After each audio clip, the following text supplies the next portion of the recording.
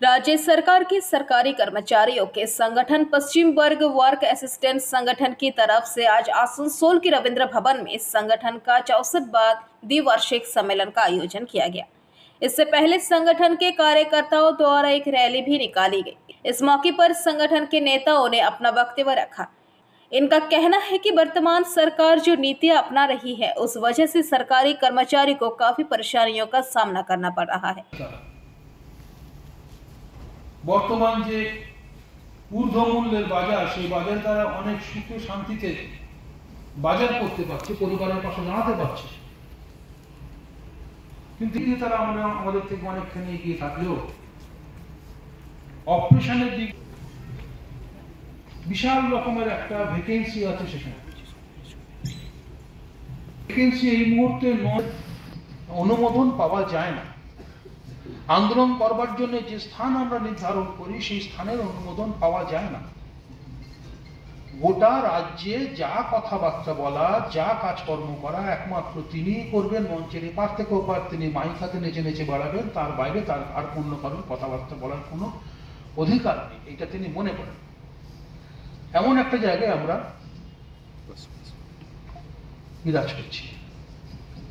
আমাদের এখানে এনপিএস নেই, এটা ঠিকই, কিন্তু আমাদের এখানে এনপিএস না থাকাটা দিদিমণির কৃতিত্ব নয়।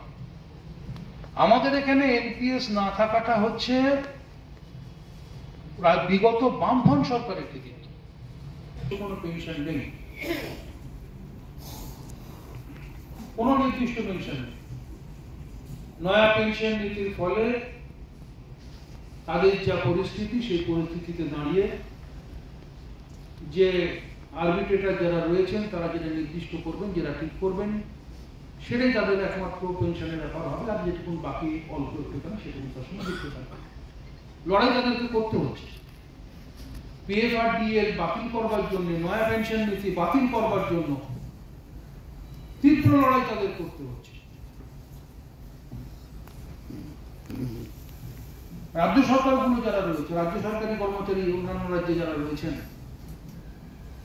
এটা ঠিক যে আর্থিক দিক দিয়ে বিচার করলে তারা হয়তো অনেক আমাদের থেকে এগিয়ে রয়েছে, কিন্তু তারাও তাদের মধ্যে তারা যে সমস্ত সরকারের আন্ডারে রয়েছেন সেই সরকারগুলোর সাংঘাতিক চাপ তাদের উপর হাত ঢুকছে। দাদা কি কাজ করছে?